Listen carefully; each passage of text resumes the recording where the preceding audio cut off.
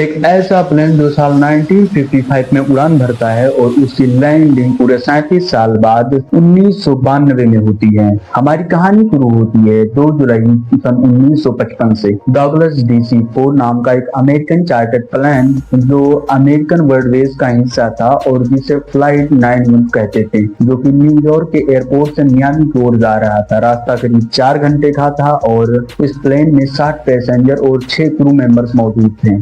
पर बीच रास्ते में ये प्लेन रडार से गायब हो जाता है और फिर मियामी कभी पहुंचता ही नहीं है। मिसिंग प्लेन्स और शिप की कहानियां सुनी होंगी, लेकिन जिनको खोजने के लिए सालों तक तलाश चलती है और उनका नामो निशान कभी नहीं मिलता है। अब डॉगलस DC-4 के साथ ऐसा ही कुछ होता है। काफी खोजबीन के साथ अता पता नहीं चलता है तो इसको मिसिंग घोषित कर दिया जाता है। डॉगलस DC-4 की कहानी इतिहास के पन्नों में दफन हो जाती है। पर 21 मई 1992 में वेनेजुएला के कैपिटल काराकास के एयरपोर्ट पर कुछ ऐसा होता है कि जिसको अपने पीछे कई सवालों को छोड़ जाती है।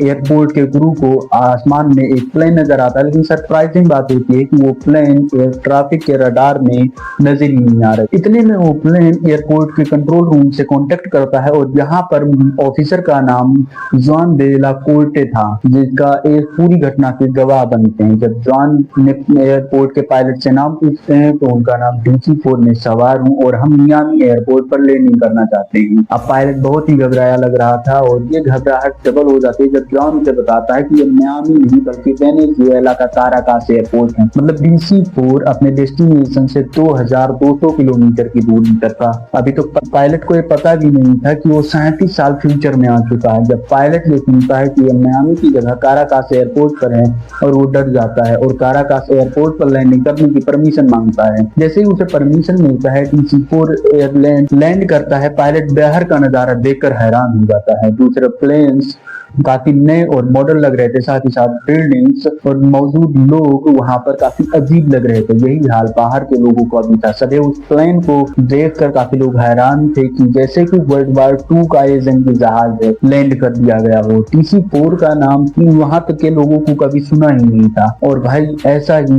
प्लेन उनके एयरपोर्ट पर कभी लैंड करेगा, ये तो गजब ही हो गया। जब एयरपोर्ट के ट्रैफिक कंट्रोल रूम से एयरपोर्ट से बात करती है तो पायलट को पता चलता है कि साल वो 1992 में आ चुका है और एयरपोर्ट के लोग ये सुनकर काफी ज्यादा हैरान हो चुके थे। जिस प्लेन को वो अपने सामने देख रहे हैं वो प्लेन 37 साल 1955 में टेक ऑफ हुआ था। अब इतना सुनकर पायलट हैरान हो जाता है और तुरंत वहां से टेक ऑफ करने का फैसला लेता है। अंतिम बार जब वो वहां से रवाना हो रहा था तब उसके हाथ में एक फाइल थी और जहां पर उस फाइल से एक कागज का पेज नीचे गिर जाता है और वो प्लेन टेक ऑफ हो जाता है। इसके बाद डॉगलस DC-4 कहाँ गया ये किसी को बात पता नहीं चला। आज तक ना तो ये मियामी पहुंचा और ना ही इसमें पहुंचे पैसेंजर का पता चल पाया। वो कागज जिसमें पायलट अपने पीछे छोड़ कर गया था वो एक कैलेंडर था, वो भी साल 1955 का, जो ये साबित करता है कि यह घटना 100% सच थी। लेकिन अगर ऐसा है तो साल 1955 में निकला प्लेन 37 सालों तक रहा कहाँ? क्या डॉगलस DC-4 ने टाइम ट्रेवल किया था? या फिर अगर देखो टाइम ट्रेवल इसने किया था तो रियल वर्ल्ड में इससे सिर्फ 2 ही तरीकों से हो सकता है। पहला तब जब कोई ऑब्जेक्ट ब्लैक होल के बेहतर करीब होता है, या दूसरा जब वो लाइट की स्पीड में मैच कर लेता है। अब अगर एक प्लेन पृथ्वी पर उड़ रहा था तो ब्लैक होल तक पहुंचना या फिर पृथ्वी पर उसका सामना ब्लैक होल के साथ होना बिल्कुल भी पॉसिबल नहीं है।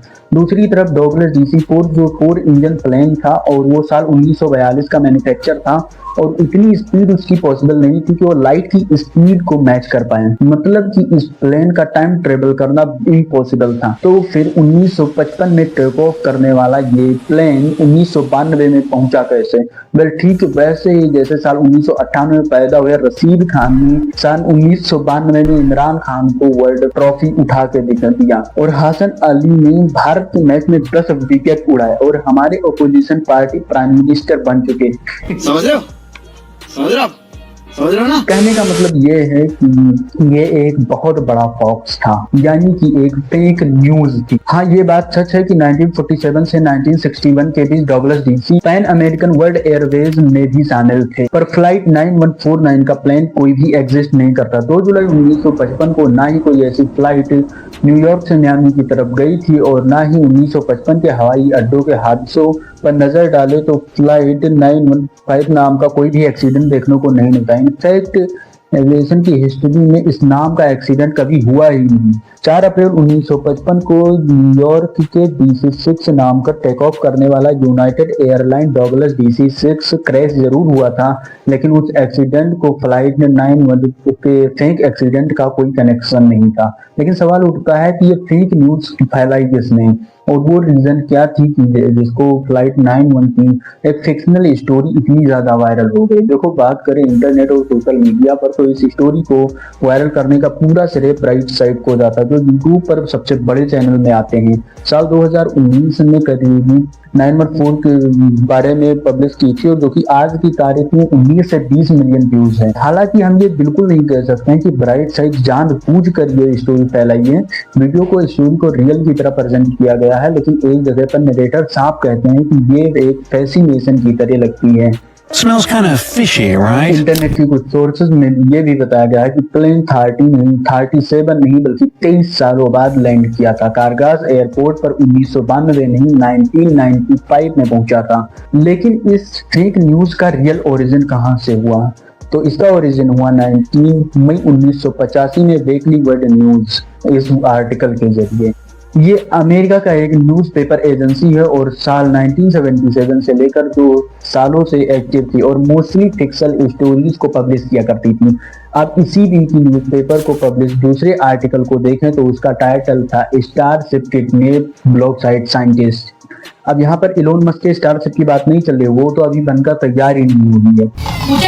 दरअसल इस न्यूज़पेपर की ये स्टोरी बताई गई है जहाँ पर कुछ वैज्ञानिक माउंटेन्स की एरिया में घूमने जाते हैं और वहां पर उनको हवा में एलियन का एक विमान दिखता है जिसको रेड, येलो और ग्रीन लाइट आ रही थी। ये विमान उस साइंटिस्ट को किडनैप करके और कुछ समय बाद उसको नेपाल में मिलते हैं। तो भाई ऐसा तो कभी कुछ हुआ ही नहीं। और मजे की बात यह है कि वीकली वर्ल्ड न्यूज ने इस आर्टिकल को एक नहीं बल्कि 2 बार पब्लिश किया। पहला आर्टिकल ये है, दूसरा आर्टिकल ये है, आपके सामने ये है। और दोनों ही आर्टिकल में आप गौर से देखोगे तो पूरी घटना का विटनेस ट्रैफिक कंट्रोलर जॉन दे ओला की फोटो तक डिफरेंट है और ये फोटो स्टॉक इमेजेस है और इसका डगलस DC-4 का कारगा एयरपोर्ट से कोई भी मतलब नहीं है। वीकली वर्ल्ड न्यूज ने यही अफवाह नहीं फैलाई थी और वीकली वर्ल्ड न्यूज ने यही बात अफवाह नहीं फैलाई थी, बल्कि साल 1992 में उन्होंने यह आर्टिकल भी पब्लिश किया था। इसके अनुसार वैज्ञानिकों को वेस्ट वर्जीनिया के कैर में बैट बॉय मिलने का दावा किया गया है। ये ऐसा क्रिएचर था जिसकी आधी बॉडी इंसानों जैसे थी और आधी बॉडी बैट जैसे थी। कुछ आर्टिकल्स में ये भी दावा किया गया कि अमेरिका के फेमस पॉलिटिशियन ने इसको अडॉप्ट भी कर लिया है। अमेरिका के फेमस सिंगर ने इनको 1977 में उनकी मौत हुई थी। उनके मौत के बाद कई बार फेक न्यूज दिखाया गया कि उनका चेहरा देखा गया। मतलब जो भी न्यूज आप यूट्यूब या अलग सोशल मीडिया प्लेटफॉर्म पर देखते हो तो उसको डबल चेक जरूर किया करिए। क्या पता जिसको आप सच मानकर बैठे हो वो असल में एक स्टोरी मात्र हो, एक फिक्शनल स्टोरी जो केवल लोगों को लुभाने के लिए बनाई गई हो। बाकी फ्लाइट 9 के बारे में आपका क्या विचार है नीचे कमेंट में जरूर बताना। वीडियो पसंद आई हो तो सब्सक्राइब जरूर करना, लाइक करना मत भूलना। और ऐसे ही फिक्शनल स्टोरीज को जानना चाहते हैं तो नीचे कमेंट सेक्शन में जरूर बताना और ज्यादा कमेंट हुए तो डेफिनेटली मैं इस पर और ज्यादा आगे बढ़ाऊंगा। और जाते जाते इस वीडियो को जरूर से क्लिक करना क्योंकि मैंने बताया है कि इस वीडियो में एक भारत के एक ऐसे वीर जवान के बारे में जिन्होंने कारगिल युद्ध में बहुत ज्यादा मदद किया था। जानने के लिए यहाँ पर क्लिक करके देखिए और बहुत इंटरेस्टिंग है, सच में मजा आ जाएगा। तब तक के लिए मिलते हैं नेक्स्ट एपिसोड में, तब तक के लिए बाय, जय हिंद।